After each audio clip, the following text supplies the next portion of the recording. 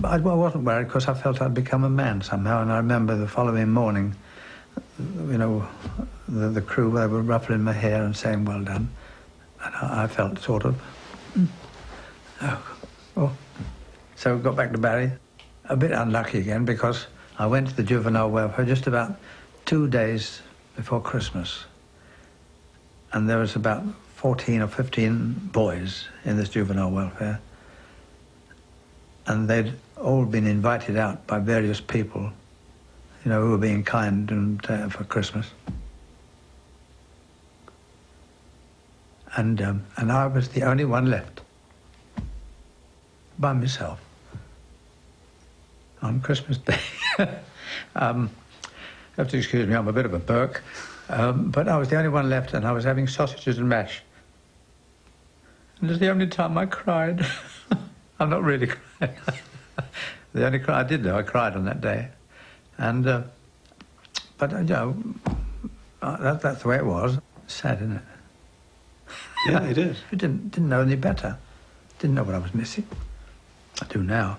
That's why I got this place. But I was sleeping in doorways and behind the Marshall Fox statue. Victoria.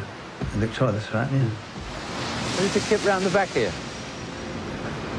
When I say kip, I mean sleep, because first night was there, on the concrete, but that was too hard. So second night, I went in there, on the grass, on the bench.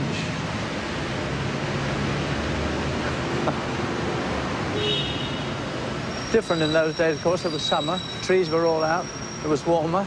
There used to be a coffee stall over there, and about 2:30 in the morning I used to get up off the bench and go over there and say, well, just look over the shelf very sadly at him, like that. And he was sorry for me. He used to push me a hot pie and a cup of bovril.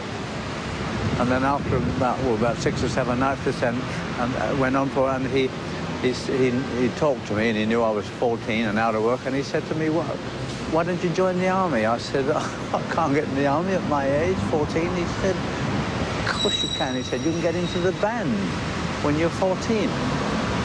I said, well, I didn't know. I said, but I don't know anything about music. He said, well, bullshit them. And the following morning I had an interview with the bandmaster, who said to me, you know all about music, do you? I said, oh, yes, sir, yes, sir. He said, well, what's a flat? I said, well, I don't know that one, sir.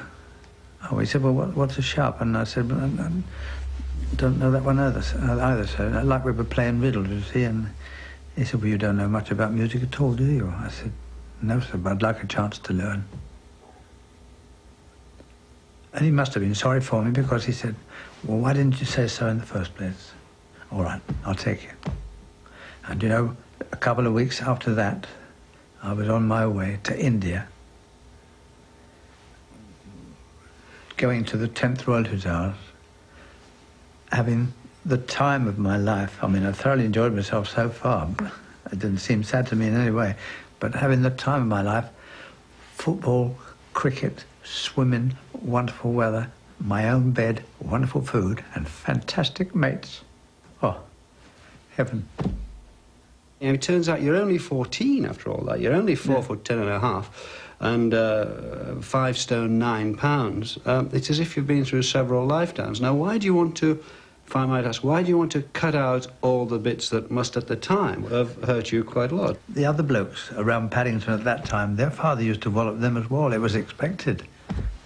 But, you know... But there was a vindictiveness too. Your mother, I think it was your mother, turned up with a present. My fairy cycle. That's right. And then what did your father do when he saw you on the bicycle? Yeah. Well, I realised he was a jealous man, and I don't know. Yeah, of course. So you don't even want to talk about it. It's interesting.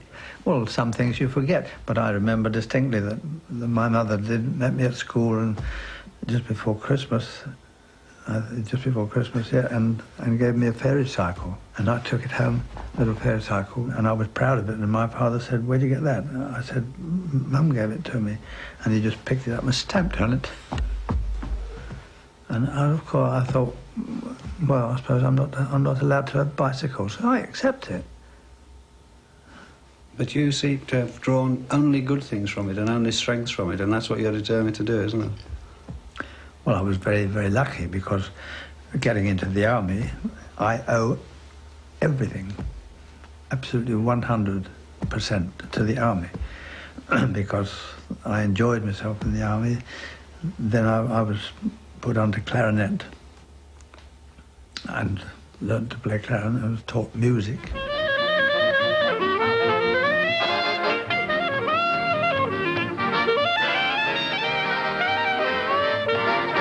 And of course it takes, you know, a year or maybe 18 months before you play in clarinet in, you know, any way where you could be in the band, actually be in the band. But I was on trumpet as well. I was a trumpeter below in Cookhouse, last post and all that.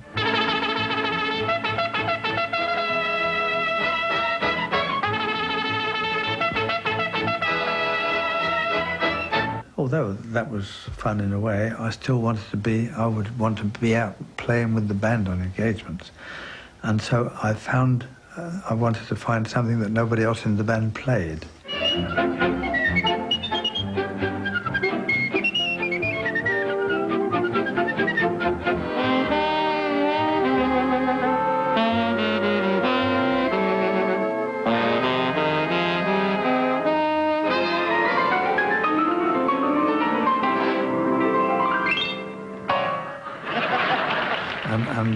So then the band used to also sing sea shanties. Hey, hey, jiggy, jiggy, in a jaunting car, my lies are you marry me, oh, and I went to the bandmaster one day and I said, excuse me, sir. He said, yes, Wisdom. I said, why is it that nobody sings the solos while you're doing the sea shanties? He said, well, we haven't got anybody who can sing the solos, Wisdom. And I said, yes, sir. Oh, well, he said, really? Well, I said, yes, sir. He said, well, let me hear you. Give me the girl I love, the stars up above, and I won't have to tell her what I'm thinking of. So give me a night in June, give me a silvery moon, and she'll be mine, all mine, and she'll be mine, all mine. And I'm really beginning to get there. So I went then into the wash house for 2 or 3 months, and I started with my feet. And yes, and about 2 months later, I went back to the bandmaster. I said, excuse me. So he said, yes, Wisdom. I said, what would it be like, see, so if at the troop concert somebody did a tap dance? And he said, Wisdom, don't tell me.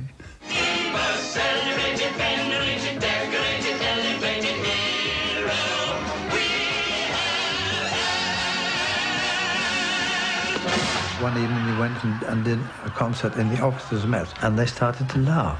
So I thought, all right then. So I tripped and fell over, and they screamed with laughter. And as I sat on the floor, I suddenly thought to myself, God, that's it. Comedy. Oh.